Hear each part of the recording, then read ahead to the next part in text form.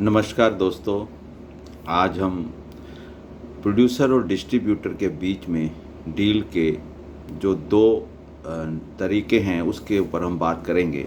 Producer को जब distributor के साथ डील करते हैं तो उनको एक चीज़ का ट्रस्ट चाहिए होता है कि वो उनका पैसा जो वापस आएगा क्या उन तक वापस आ जाएगा प्रॉपरली। तो वो दो तरह से डिस्ट्रीब्यूटर के साथ डील कर सकते हैं।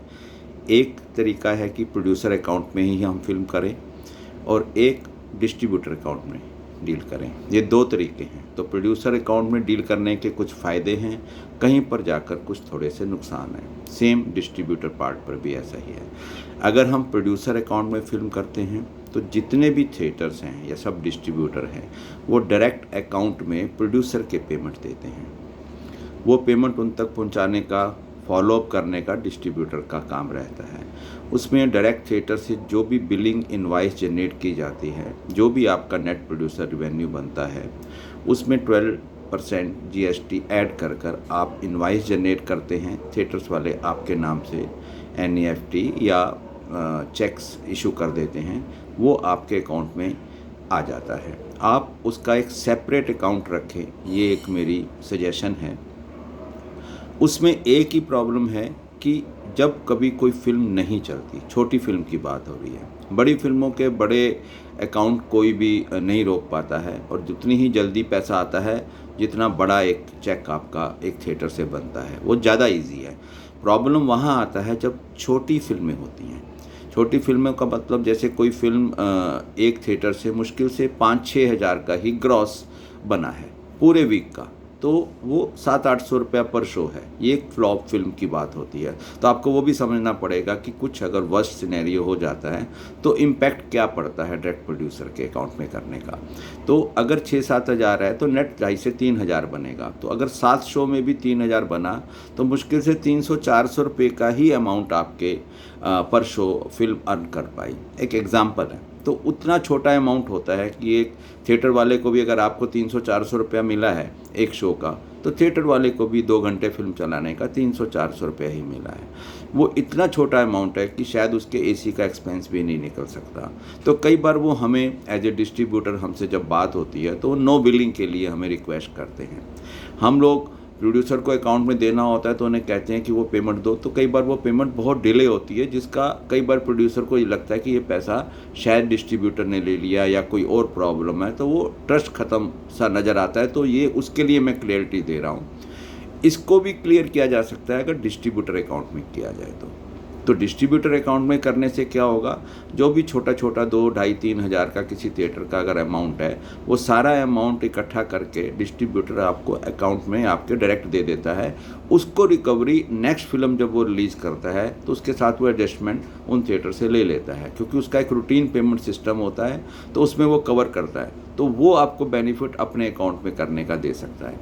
बट उस केस में आपके जो बड़ी पेमेंट वाला मैटर है उस पर कभी कोई दिक्कत आपको महसूस हो सकती है या ट्रस्ट कम रहता है, तो ये ब्लेम गेम शुरू होता है डिस्ट्रीब्यूटर प्रोड्यूसर का कि हमारे को डिस्ट्रीब्यूटर ने पैसा नहीं दिया है। इस चीज़ की क्लियरिटी के लिए बोल रहा हूँ। आप चाहे तो आप अपने अकाउंट में डायरेक्ट फिल्म करें, पूरी ट्रांसपेरेंसी रखें।